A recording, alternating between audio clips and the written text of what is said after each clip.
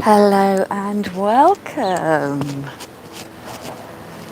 It's a beautiful sunny afternoon live here from my garden. It's a new time. I think what I might do is just lift you up a little bit, and I think you should be able to see me now. Hello and welcome. I'm Julie, the host of Julie Davis Flower Workshop and Flower Start, the online flower arranging classes. Normally the Facebook lives from my garden, the YouTube lives from my garden have been at 9 o'clock in the morning my time, and I thought I would trial them out at 4:30 in the afternoon my time, which for those of you who are watching in America, I think should be about 11:30 in the morning. You'll have to correct me. So if you are watching along with me live, please leave me the hashtag live. And if you're watching later on today, leave me the hashtag replay. So a question for you. Are you going foam free? Are you trying to arrange your flowers at home without using flower foam, which, as we know, is bad for the environment? If you check back over the last few videos, I've shown you how to arrange flowers in a little vintage ceramic ring, no flower foam. We did an arrangement in a glass grid across a vintage vase, and also there was another arrangement as well. My mind has gone blank, but all the videos are saved seasonally: summer, autumn, winter, and here we are at spring. And when we come through to the 21st of July, it will be our 1 year anniversary of going live for the garden. So hello Joan and hello Linda. Thank you so much for joining me. And apologies ladies, if you were here at 2:30 all ready to go. I don't know what it was. I was rushing around this morning and I'm sort of setting up, and about 2:20 my husband was trimming the lawn, and I said to him, "You won't forget that I'm going live in 10 minutes." And he said, "You're not." We agreed. It was going to be 4:30 in the afternoon, and I had confused 14:30, 2:30 with 4:30 in the afternoon. So my apologies if you were wondering where I had got to. I'm going to adjust the camera just one more time. I think there's a little bit of a wiggle on it. I think that should be a little bit better. So if you've been enjoying my videos, I would encourage you, if you're able to buy me a coffee. You'll find details about that in the description underneath the video. And if you really love my channel, why don't you become a member of my special membership group here on YouTube?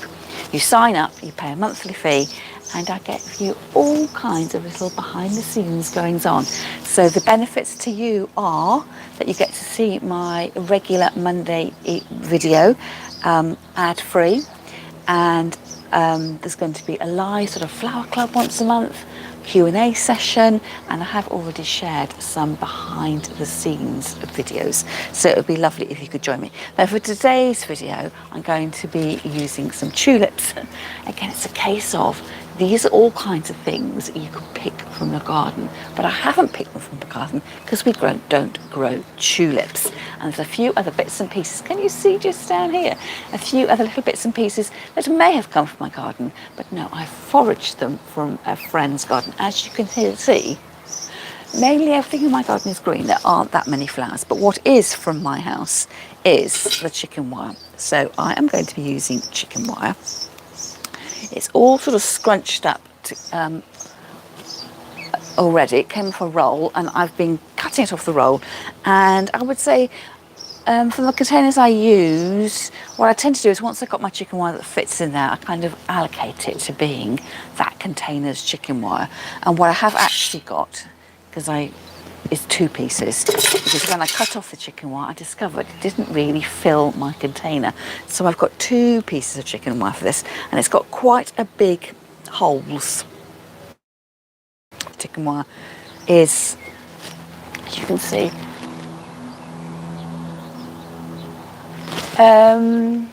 Joan, you asked me a question. Your videos from the membership No, they're not, Joan. They're two entirely different things. But because you're a member, you're seeing them both. So I'm filming this live. This is generally on YouTube, this particular video. The video from my Monday afternoon slot, the one where I did the celebration flowers in red, white and blue from the garden, you saw that version of that video on, was it Friday afternoon or Saturday morning? And if you notice, the video you see is slightly different as well, because I can't upload the same video twice. So another bonus of the membership group is you get a bit of added extra in your video as well. And then the two behind the scenes videos, when I'm filming, I think the cover photos are me in my car. They are private videos, but because you're a member of the group, as you go through your YouTube feed, they will just pop up. But I don't know whether you can see it, but when I see all the videos on my channel, the ones for the YouTube members have a little, I don't know what this symbol is. It's like a little star in a circle, something like that. So I am extra sure that yes, they're not going live as well. So you are getting your money's worth in terms of nobody else is getting to see those videos. So what I'm going to do is I'm going to crunch my wire into position. It's a little bit noisy, that. So you see it wants to spring out. So that is why I have got some string to hand. I could tape this over with the tape that you use for fixing your flower foam in place, but I thought, why would I want to do that, particularly if I'm trying to go foam free, I'm trying to sort of go rubbish free, that if I use a piece of string, in theory, if I cut it off, I can use it for something else. I don't know whether you do that. Do you have a kitchen drawer full of offcuts of bits of string? So how do you get a bit of string to fix? Well, you'll notice, oh, that's annoying, my string has disappeared, that I have specifically chosen a container, my old champagne bucket, which came from a car boot fair.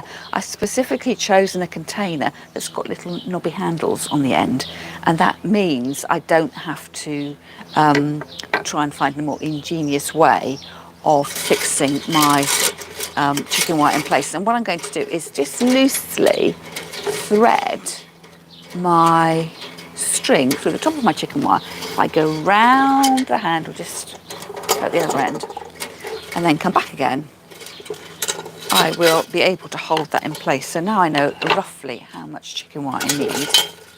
I can do that and then wind it through a little bit and tie it in a knot.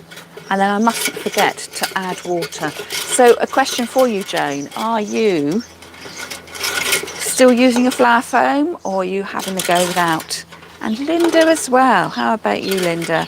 How many flowers do you have at home? Are you a regular flower arranger? It would be lovely to find out a little bit more. So I've just got a couple of sharp points. I'm just conscious I don't want to be scratching myself. So I'm just bending those round.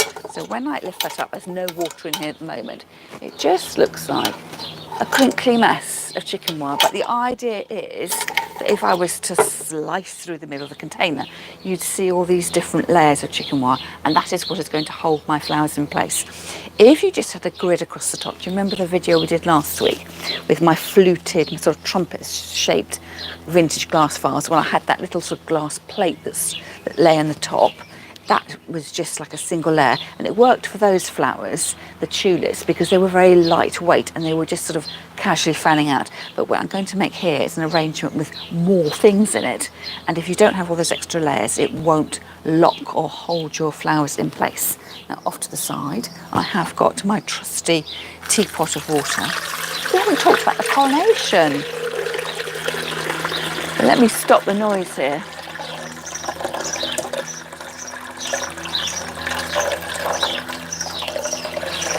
So just reading quickly what you're saying there, that you are trying to go foam free, as that is the trend at the moment. So it's always good, isn't it, to keep pace with the trends, but it's that whole environmental thing, isn't it? That's why the trend is happening, because people are becoming environmentally aware. A bit peculiar really that we always think life is progressing, but sometimes it's progressed so much and we don't realise at the time that the convenience of having the flower foam, instead of having liquid water, the water is held in a solid, and then all these years later we are suddenly becoming more aware of the fact of how damaging it is. In fact, those of you who've been following me for a while will know that I'm doing a project, my Julie and Julia, the Flower Edit project, and I've been following along with the book by Julia Clements, Fun with Flowers.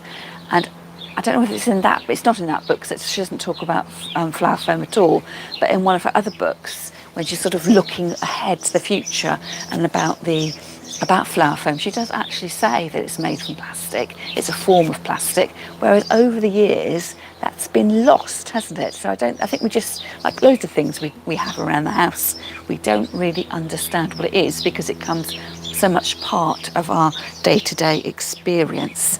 So yes, I'll be interested to know the book that you'll have to do a book review in the Facebook group, Joan. So again, if you're not already a member in the Facebook group, if you check down to the description underneath this video, you can click the link and join the group. So yes, let's pretend that I've been foraging in my garden. And can you smell? Of course you can't smell them. I can smell how fabulous these lilacs are. So the biggest issue you've got is, your comment disappeared just before I. You were saying, Joan, I think that you're finding it difficult to position your flowers.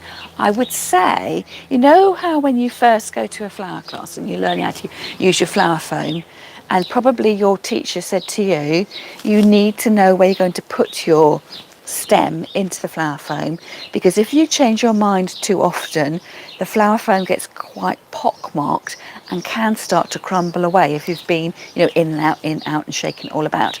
So I think it's something that comes with experience. So when you put your stems into your chicken wire, you're putting them in because you have decided where they're going to go. So there's always a chance that you may well see me do this today, where I slide something out because it doesn't look right at the end, and I put it back in.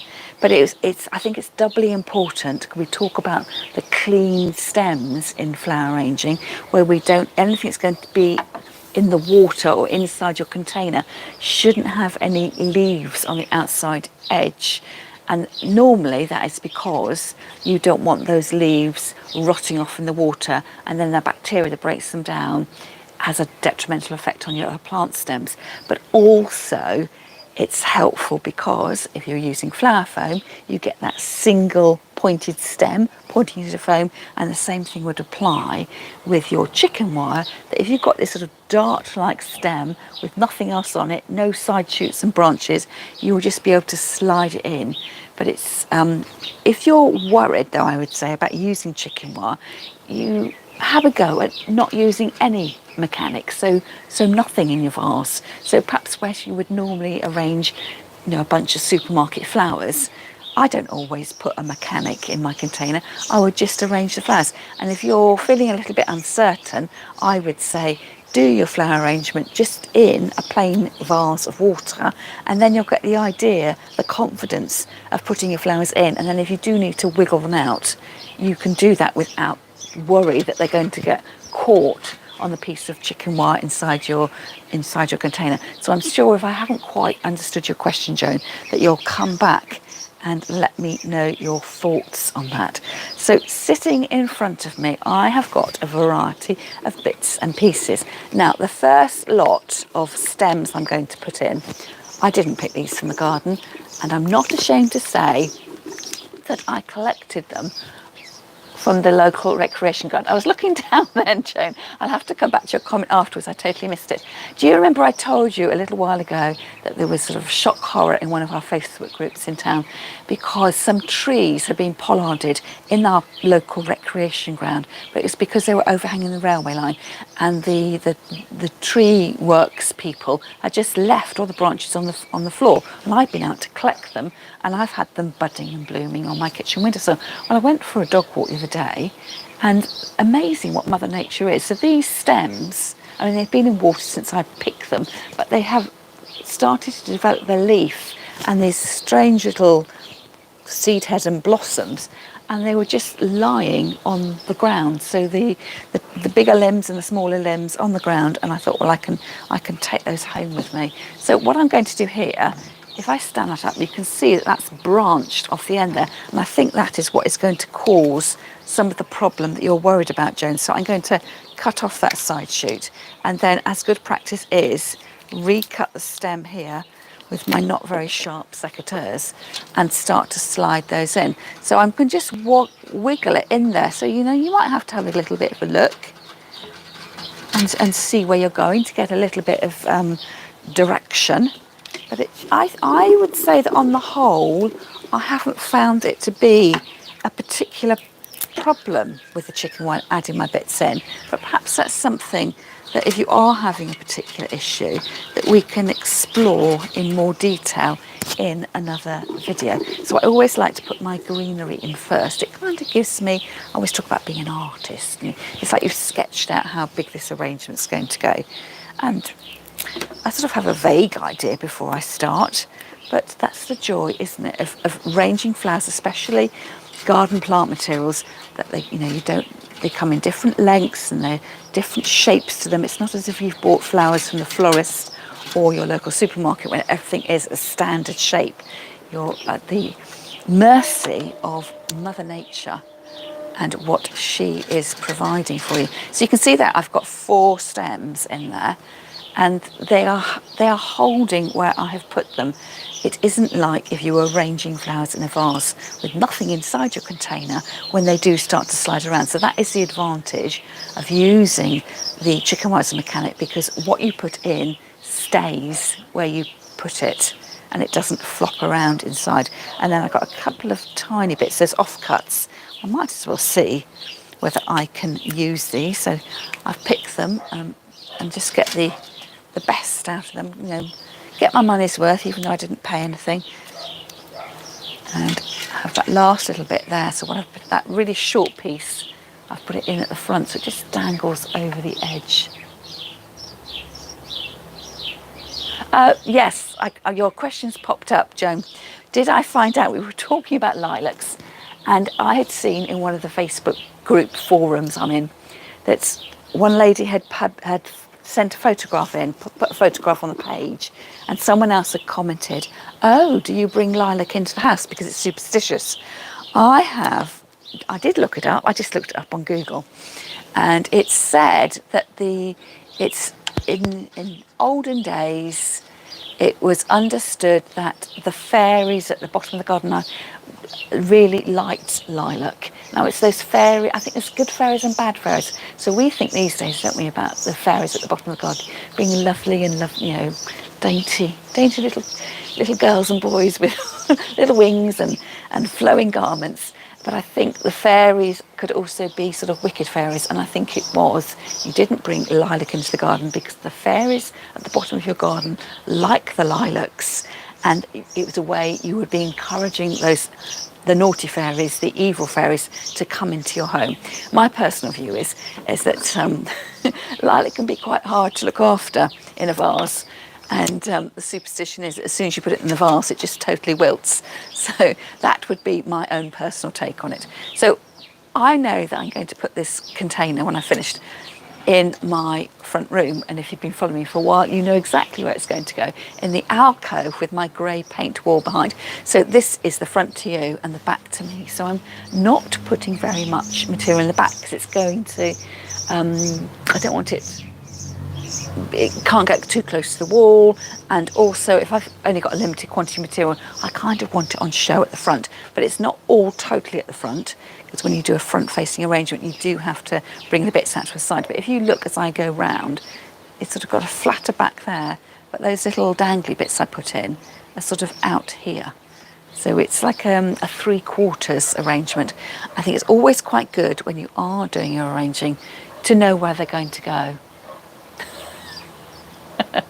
Joan says she doesn't believe that for 1 minute. No, I don't either. What I say, Joan, is more lilac for us, isn't it? If you're going to succumb to those superstitions, all the more lilac for those of us that don't. So I've got another little shrub here. Now, actually, to tell you the truth, I don't know what it is. I picked it from a friend's garden. It was sort of blocking part of her pathway. I'm wondering whether it's a type of myrtle. I must look this up. I think I've used a different variety of this quite recently that had a darker green leaf to it, but doesn't that look absolutely gorgeous? So you could make a lovely arrangement with, you know, without having actually cut flowers in it. You could make it up of foliage, which at this time of the year is blossoming beautifully. I'm cutting off the stems because I know the side shoots. I know that I'm going to have to put it into my container, and I'm not going to get the stems through the holes if I leave everything on, and also I don't want those little bits rotting off. So everything's a bit airy fairy to begin with. But as soon as I bring something like this in, it's got a bit more substance to it. So I'm going to have that, and again I can still see where my holes are. I can slide that through, so I can have a big whoosh of colour off to one side like that. And then with my smaller bits, again, I don't want to lose them, but again, I have to strip off the bottom bit. There comes a stage where you can't reuse all the side shoots, but to begin with, I can sort of have a second go at them. It just means, again, I'm making use of everything that's been picked. And I can put the really short stems in. I just need to remember that I'm putting the short stems in. I have to make sure that I've got loads and loads of water in at the end. So I've got probably, my water's up to here at the moment. I just sort of did a random amount. So it's a good half full, but probably if I put my short stems in, it needs to come up to being a quarter full. So what I'm going to do here is right at the front, I'm going to put another placement of those cut stems in. So what happens over here is sort of talking to what goes on over here. And rather than dot them around, I'm going to have them as sort of a solid placement so that they don't get lost. Can you hear that on my microphone?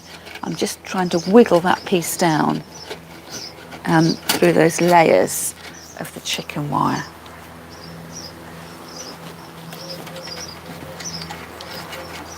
Oops.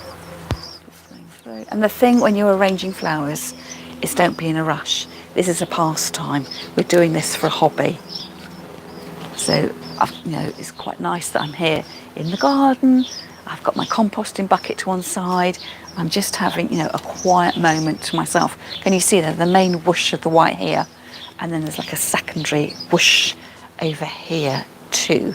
So, talking about the lilac, I've got some really lovely dark stems here.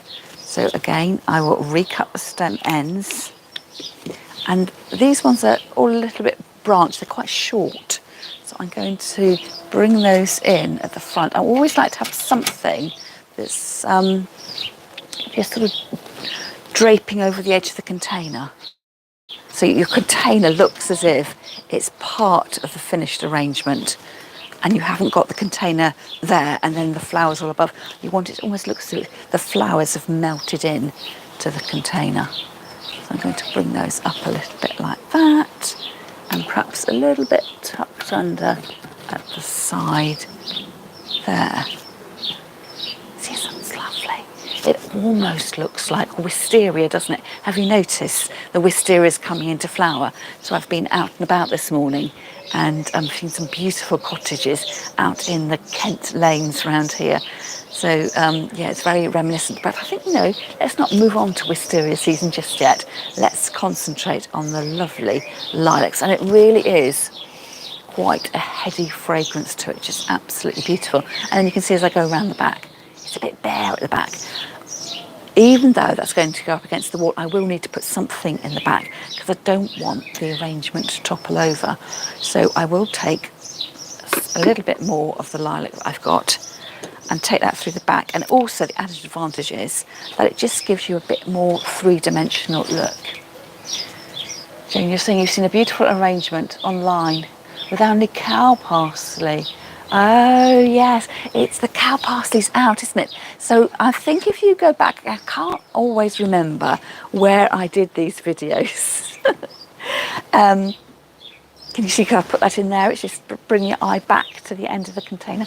So yes, I have certainly made arrangements with cow parsley before. Now, was that in Zoom flower class previously, Joan? I can't quite remember now. But those of you who don't know, I also have been running flower arranging classes on Zoom. So actually, we've just finished a series of classes last week. But if you are interested in catching up with those, you can download them from the shop section of my website. So it's juliedavisflowerworkshops.co.uk/shop.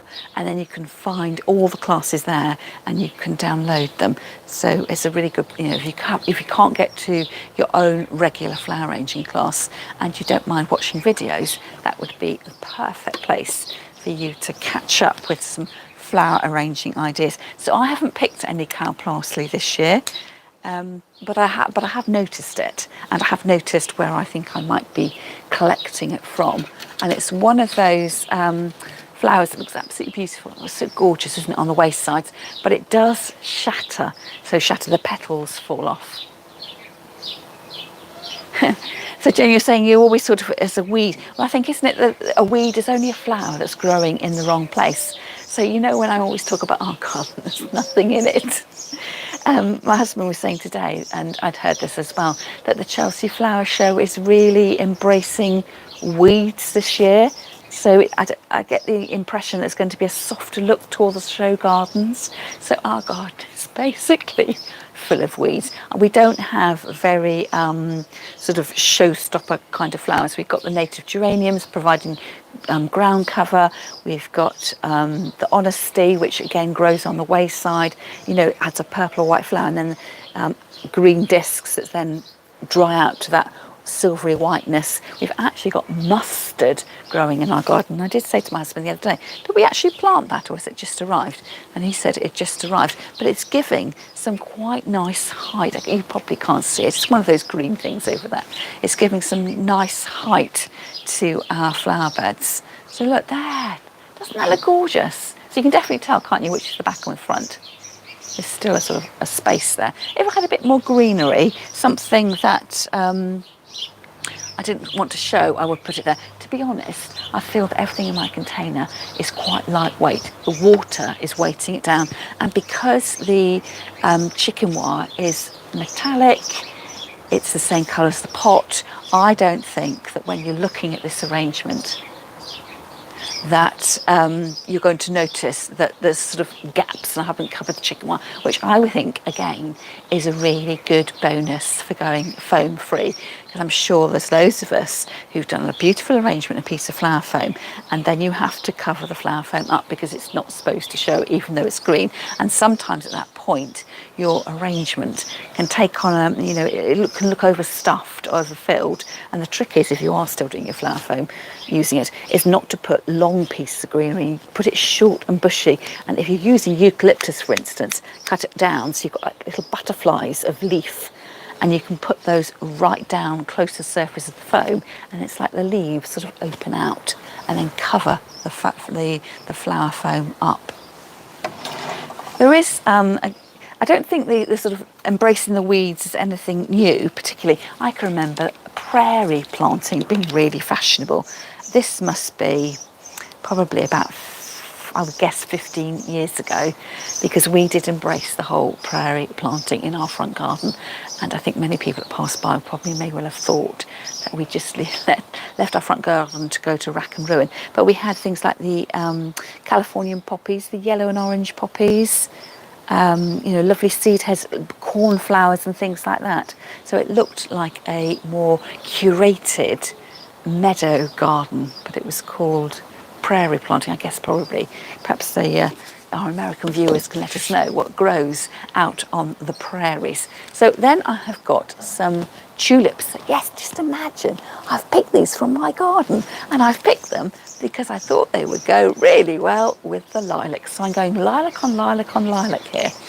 And whereas my lilacs, the ones I've got, because they work from quite the short bushy stems, the weight of the flower head is sort of pulling the stem down, and I thought I would embrace that by using the tulips in the hope that perhaps they would have more of an arching quality and they would sort of mirror the form of the lilac as well. So I'm recutting my stems here and my bin's over here. I'll recut the stem over there. So I'm going to start at one side and wiggle these all the way down to the other side. See what happens there. So tuck some down low and then have some coming higher up. And you'll soon know with any of your flowers, if you have tucked your flowers in and you've forgotten to top up with water, you will discover that your tulip, well in this case the tulips will droop, and you just need then to make sure you've pushed them further down into your container. And of course checking every few days that there is still sufficient water in your container, because as your flowers take up water and with the warmth of your room, the water will evaporate too. So I think I've got 5 of these very, more mauvey colour, and then I've got 5 that are slightly deeper purple. So that's a really good way. Can you see them? Here and here. Because I haven't got any greenery to act as a foil for my flowers, the tulips are quite nice because they've got that natural green leaf with them, although I have stripped off the really shaggy over large leaves right at the bottom. And then to try and bring in a little bit of depth of colour, I've got a slightly darker tulip as well.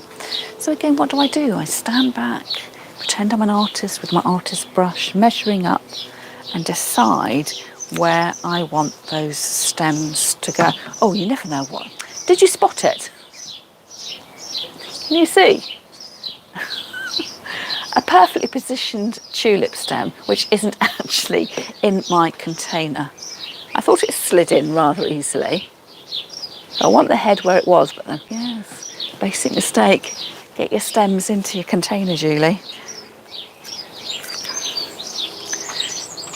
So again, because I want my tulips to be seen, I'm going to concentrate them on the front 3/4 of the arrangement. So bringing them out, to the edges, but making sure that they are mainly forward facing.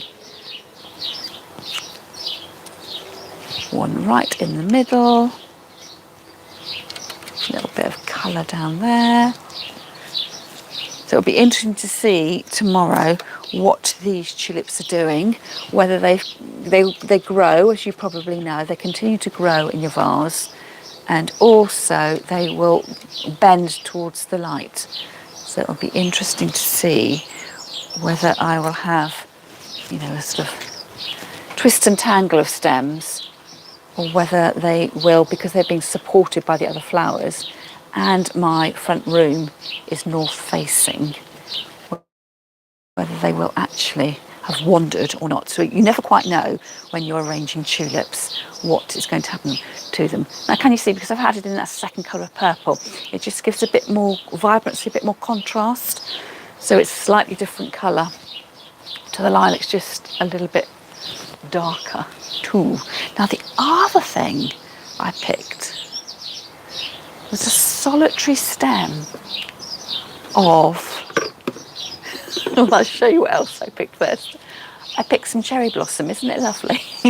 And between me picking it and bringing it home and cutting the stems and putting them in water, I have left a trail of cherry blossom in my wake, and I've got absolutely no cherry blossom on my stems. But what I might do, I have got a little bit of green on the edge, and what I might just decide to do is just sacrifice the cherry blossom and perhaps have just that hint of solidity of a green leaf, just to, I don't want to waste what I picked. So I'll wiggle that down at the front of the container. That sort of fills out a little gap there. What do you think? A little bit of a sort of a green a bib at the front. And then I've got one other piece, which I might put towards the back. I'm just going to pinch off a couple of those leaves. I think that might be a little bit too heavy. So this is always the good thing, that you don't have to use your plant material as it grew. it was a bit visually heavy there, so I've just cut a couple of the leaves off. And then the same thing again, just have a little bit of, perhaps a little bit higher, to start to talk to these sort of green tufty bits at the top. Just to make sure I use everything I have got. So I think this needs to be a bit shorter. So can you take out stems that you've already got in the chicken wire? So what I do is I take it out. Did you notice I sort of rotate it a little bit? It's almost like I'm helicoptering it out of the vase. So I did manage to do it, and I have got quite a lot in this container, but I haven't been changing my mind every 2 minutes. I've been quite decisive, and I think that probably is perhaps where the mindfulness of being creative comes in, is because you do the thinking before you put your stems into the vase. And because, you know, I knew vaguely what it was going to look like, but I hadn't mathematically plotted it all out, because I can't, because my stems are all different shapes and sizes and lengths. But every time you put a piece of your plant material in your vase, it's to have a look. And when you're conditioning your materials, have a look at what you've got. You know, how many pieces of greenery have you got? How many pieces of lilac have you got? How many tulips have you got? Don't ask me all those questions though. I know I had 10 tulips. I'm not quite sure about everything else.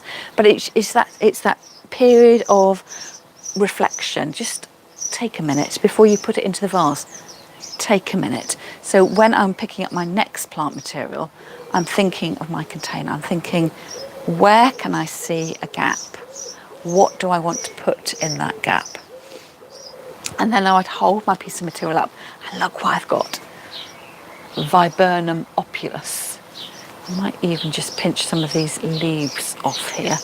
And you're holding it up because, number one, you want to decide how short or what length stem it needs to be. But also you're thinking, you know, do I want it on the top, or am I going to take advantage of the draping quality of the little snowballs there? So here, I've got two pieces actually. I think this is the slightly longer one. I might put that like that, and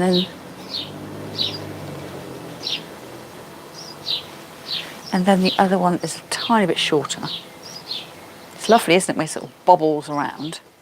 So I've got that sort of off on that side, and I might bring this one just back down to the base.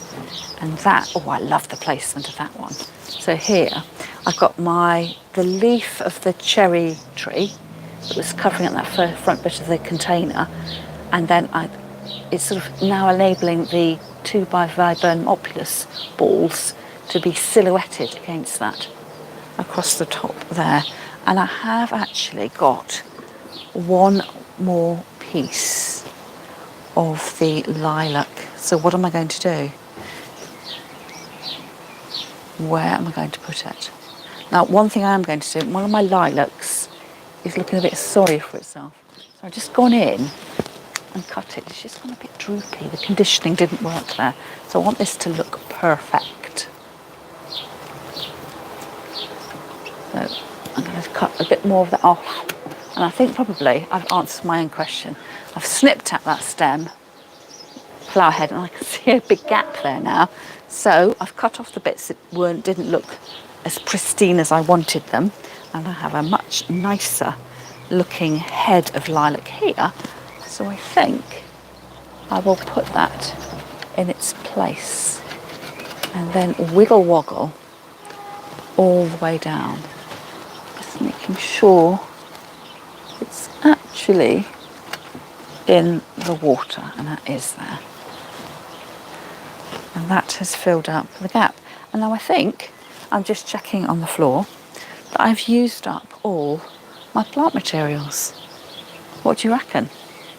So it's a very abundant vase of flowers, or a champagne bucket of flowers. I love the fact that the metal container is the same colour as the chicken wire, so even if you look really closely, it's not not an alarming element. They meld together. But also the grey of the bucket is sort of picking up on the, I know it's purple, but it's sort of one of those, that sort of greyish sheen, isn't it? So it looks quite, I think it looks quite well together, it looks quite good together. And the bucket's sort of quite a neutral as well. And it's got my little handles here, which are really helpful for tying my string in place. Probably if I had a bit more greenery, yes, I would put a bit down at the back. It's a little bit bare. I have got some choisier in the garden that could do that job, but to be honest, as this is for me at home, and I know it's going up against the wall in my front room, I'm quite happy with that. And I know that the bucket is really solid, and it's not going to topple over. So Joan, I can thank you for your appreciation of that, saying it looks lovely. And I think that your comment just flashed up from before, so about the cost of the flowers, and going back to Chelsea Flower Show and weeds, sort of these weed-like flowers being more acceptable. I think perhaps, is it just, it's the nature of fashion as well. I think that we don't know, do we? We don't perceive it. But the whole of, from the colour of our clothes to what what cutlery we have and what plates we have indoors and what flowers we grow in the garden, it's all sort of, I don't think, we're not actively choosing it. We're unwittingly being marketed to all the time. So I do think there is a change happening with that whole food movement of shopping local, growing local, less air miles. And it's the same with the flowers as well. So I don't know whether you've seen a huge increase in the number of local artisan flower growers, and if you are trying to be more environmentally aware, you're just thinking before you go straight off and buy flowers that have been flown in from the other side of the world. You're just stopping and thinking about the your carbon footprint and what impact the personal decisions we have with our budget and what we want to do at home, and how that generally impacts the environment, which of course is affecting everybody. And I think probably that's part of the reason as well why we are re-embracing the weeds that we were talking about, is because they're local to us. And I think we've just been conditioned to think that something that is beautiful and luxurious and lovely to look at has to be a very the perfect orchid or something like that, which of course they are beautiful, but flower arranging and enjoying your garden, all those kind of things should be available to everybody. So perhaps with the weeds having a resurgence in the popularity state is a really good thing. And of course, even if you aren't interested in, you don't think you've got the skills to do your own flower arranging, you can't afford to go and buy flowers, when you're out and about, when I was driving around today, you do start, I've been looking at bluebells today, I've been noticing the cow parsley growing in the verges, I've been noticing it's no mow May at the moment, so some councils seem to be embracing that, others aren't. I've seen the lawnmowers out cutting everything down, but also some patches there's beautiful buttercups are growing, and buttercups are a lovely cut flower. They last not absolutely ages, but they last longer than you would imagine, 3 to 4 days rather than half an hour you might imagine. So it's just nice that if that is the fashion for the moment, that weeds are the trend, instead of being disgruntled with that weedy patch you've got in your garden, you actually cut something, bring it indoors and celebrate it for what it is. And the air miles from your back door to your kitchen windowsill, that's absolutely nothing, is it? So perhaps we ought to think a little bit more about doing things more locally, and probably just recognition that all those personal choices we make have a wide impact on our community and the globe as a whole. So that's my little lesson on climate change for today. So I hope you've enjoyed spending some time with me this afternoon. Let me know in the comments whether this is a good time of the day for you. First time of doing it at 4:30 in the afternoon, compared to what I had been doing was 9 o'clock in the morning, and we'll see how we go from then on. Those of you who are in my membership group, I will be doing a sort of grand launch of the group in due course, and we're going to start things off with a bang by having our online flower arranging class. So that is going to be sort of the equivalent of Zoom flower class, that that kind of thing, if you've been used to going to that. I'm getting the thumbs up there that the time is working for you. And I just need to, the class will take place on a Wednesday afternoon, but I just need to sort out, I'd like it to be on a regular Wednesday afternoon. So whether that's the first, second, third or fourth Wednesday of the month, I just need to finalise those dates. And then for those of you who are in the group, I will put on the members only post. I don't know if you find that yet on the community tab or the membership group.